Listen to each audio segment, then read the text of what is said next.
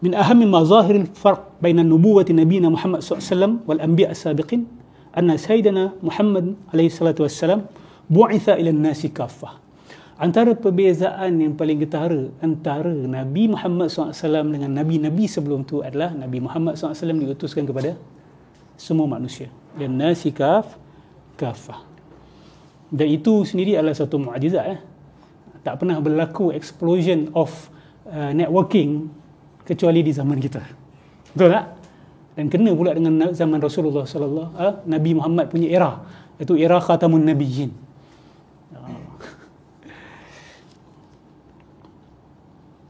Siapa pun, dekat mana pun dia berada, selagi dia ada internet, dia boleh ada akses. Dan the chances of mereka dengar nama Nabi Muhammad SAW is very, very high sekarang ni. Antaranya juga dengan melalui negative publicity. Iaitu, Rasul Muhammad ni teroris lah, orang Islam ni teroris lah. So paling tidak mereka pernah dengar pasal Islam. Yang berfikir di kalangan mereka akan paling tidak pun cari, siapa Muhammad ni? Siapa Muslim ni? Kenapa dia nak buat macam ni? Kan? Dia tak telan bulat-bulat apa yang media sampaikan kepada dia. Dia akan cek. Dan kalau dia cek dengan jujur, dia akan sampai kepada Nabi Muhammad sallallahu alaihi wasallam. Di dalam hadis Nabi sallallahu alaihi wasallam, ni Nabi kata, "U'titu khamsan lam yu'tahunna ahadun qabli." Aku diberikan 5 perkara yang tidak diberikan kepada satu orang pun sebelum aku. Semua Nabi sebelum ini diutuskan khas kepada kaum dia. Wa bu'istu ila kulli ahmarin wa aswad. Aku diutuskan kepada semua yang merah dan semua yang hitam. Maksudnya in all the spectrum between the seputih-putih kemerah-merahan sampailah kepada yang hitam tu, all ni spektrum yang hujung lah, kan? Putih kemerah-merahan ni yang paling putih lah kita kata. Putih-putih kemerahan. Okay? Bila sebut ahmarhum ni maksudnya yang merah, pinkish. Yang putih dia tu, bila dia blush tu dia akan jadi pink, kan? Dan yang hujung spektrum ni pula yang hitam. Nabi kata aku diutuskan kepada semua mereka. Nabi sebelum ni kepada kaum khas. Seperti Nabi Isa, kan? Itu yang kita pelik. Macam mana missionary Kristian ni dia boleh justify dakwah dia kepada selain Yahudi. Sedangkan Nabi Isa dah jelas-jelas kata, I am not sent but to the lost sheep of Israel, kan? Aku tidak diutus kecuali kepada kambing-kambing sesat daripada kalangan Bani Israel ni. Dia banyak guna, kalau kita tengok dalam Bible, banyak guna istilah sheep. Sheep ni bukan satu penghinaan. Maksud dia yang disayangi, yang dijaga, yang memerlukan hidayah, yang sentiasa memerlukan panduan. You are like we are all like a lost sheep, betul lah.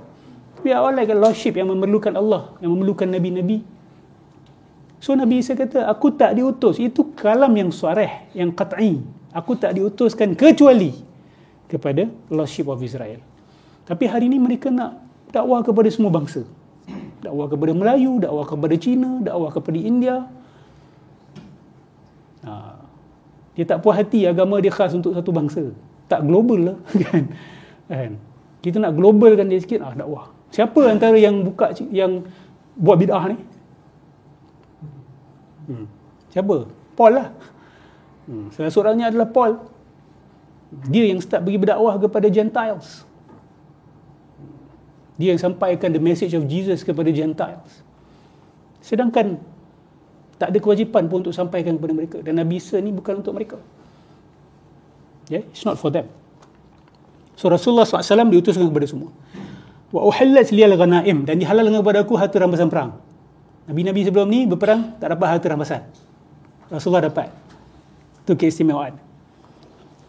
Wa ju'ilat liyal ardu tayyibah huran wa masjidan fa ayyuma rajulun adrakathu as-salatu shalla haitsu kan.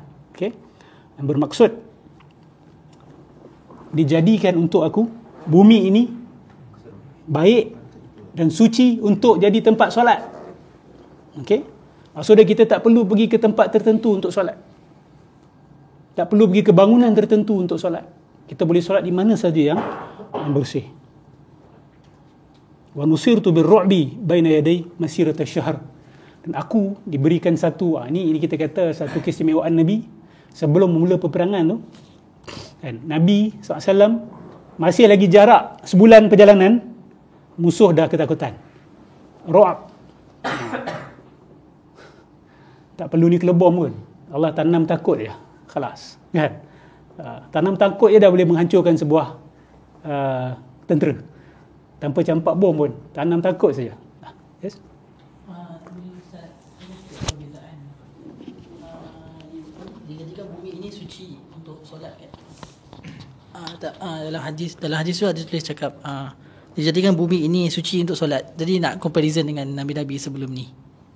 Kalau kita tengok Nabi Musa punya cerita kan, antara yang Allah perintahkan kepada mereka adalah jadikan rumah-rumah kamu sebagai kiblah.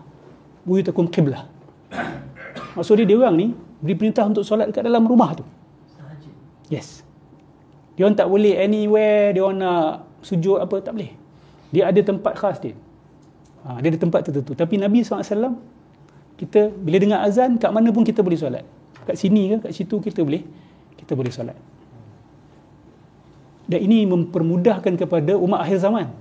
Ini lagi tanda bahawa Islam akan go global. Islam will go global. Sebab akan ada tempat-tempat tertentu belum ada masjid. Mana orang nak solat? Betul tak? So, it is really made to be spread globally.